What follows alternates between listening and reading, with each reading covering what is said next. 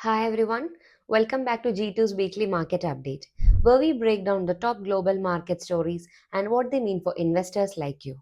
Let's dive straight in. Starting with the United States. US equities ended the week higher as hopes for a potential September Fed rate cut lifted investor sentiment.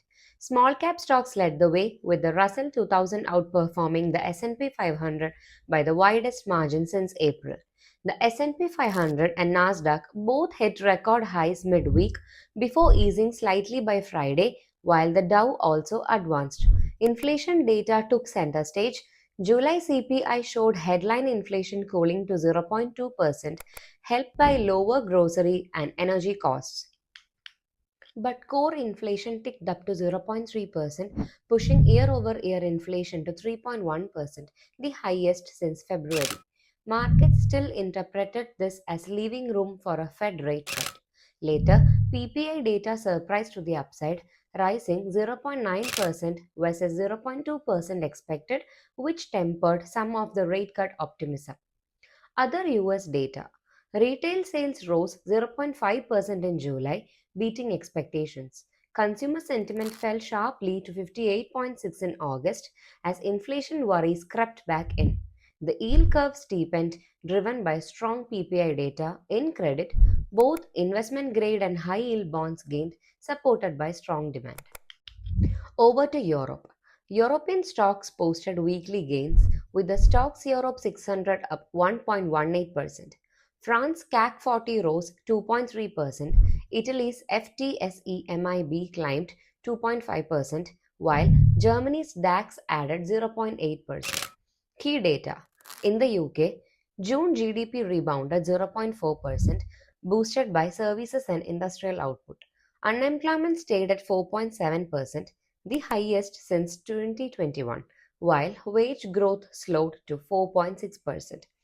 Eurozone industrial production fell 1.3%, worse than forecast, and German investor confidence slid sharply.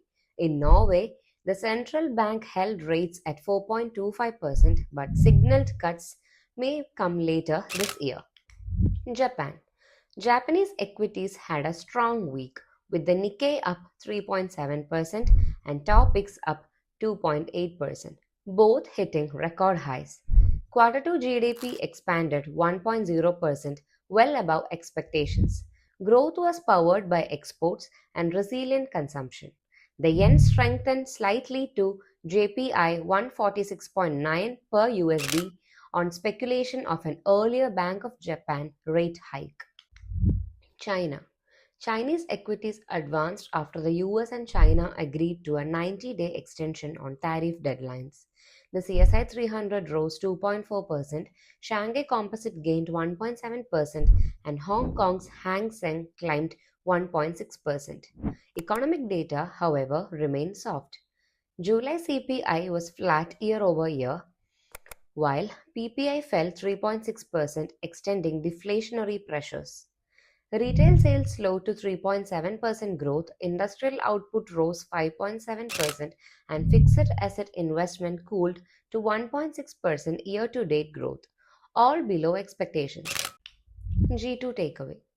Global markets rallied this week on a rate cut optimism and easing trade tensions. But inflation signals remain mixed, with US PPI surprising higher and consumer sentiment weakening.